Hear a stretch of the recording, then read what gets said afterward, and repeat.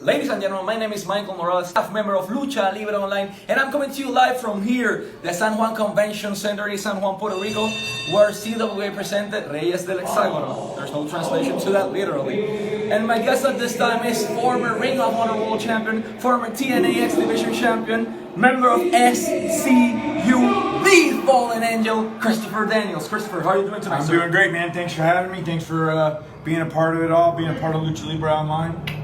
Thank you, sir. Your match here, we were mentioning you before.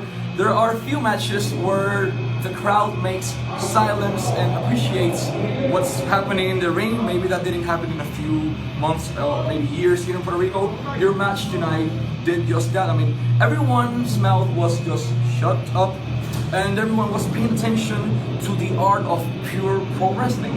How did it feel for you, first of all, being back in Puerto Rico and having that type of honor here in Puerto Rico? Well, I mean, it's great to be back in Puerto Rico. I've got a long history here. I was here in 1995 with WWC. I was here in 1999 with IWA. And then I've come over here for TNA, for some independents. And then tonight with CWA, getting in the ring with Justin Dynamite, who's a talented young man. The CWA champion, obviously, he's very talented.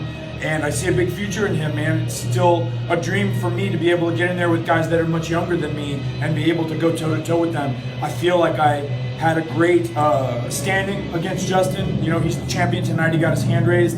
But I mean, if I had another opportunity, it might go the other way and I might be the CWA champion. So Justin Dynamite, he got one on me tonight. He's a great wrestler, a great champion. But he needs to know that there are talented people like myself that know that one loss is not the end of any sort of career. So I'm ready to wrestle him anytime he wants. Justin, that's a challenge for you. Anytime you want, the Fallen Angel will be back here, and you might not be so lucky next time. So maybe not. Better be careful, man. Regarding Ring of Honor, SCU said goodbye with the Elite, and now there's a new pathway in your career, something many of us didn't expect it at all. All Elite Wrestling announced on January 1, and they're gonna have their first meet and greet regarding their announcement of Double or Nothing on January 8th in Jacksonville, Florida. There are a few questions. First of all, how does it feel to be a part of this new brand? It's very exciting and a little bit scary. I mean, this is uncharted territory for all of us. The idea of starting a company from scratch is very daunting. It's not easy, but I feel with the people that are involved, the Young Bucks especially, I feel like they've got a good handle on what's going to happen. And I don't know what the future holds for AEW. I don't know what our roles are going to be in AEW yet. So, you know, January 8th will be the first opportunity for us to sort of take that step forward and introduce ourselves to the wrestling fan base. And it'll be interesting to see what happens on January 8th. There's another thing important. January 8th is Tuesday. Just across the street, there's a building. And WWE is going to be holding Smackdown live. Last time I remember, the Young Bucks and the few guys were in the same state. They invaded Raw. So my question for you is, do you have in mind, as part of the AEW, maybe invading Smackdown live that night? I personally don't have that mindset, but who knows, man? Young Bucks, Cody Rhodes, they've done this before. They're very brave, they're very fearless, and it's very possible that they might have something in mind like that. But like I said, I don't know what the future holds for AEW. If it were up to me, I would introduce ourselves and let us get a little steam before I decided to go knocking on the WWE's door. But I mean, that's probably the difference between myself and the Young Bucks and Cody Rhodes. They're very crazy, they're very fearless, and they may want to jump right out of the gate and just knock on the door and introduce themselves to Vince McMahon. Who knows? Who knows? January 8th is so close, but anything can happen. Yeah, I know, man. That's going to be something incredible. That's something everyone needs to look forward.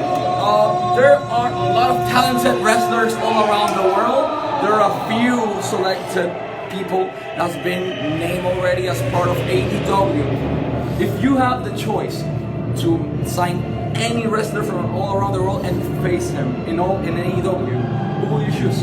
There's so many great guys out there that I'd love the opportunity to wrestle with.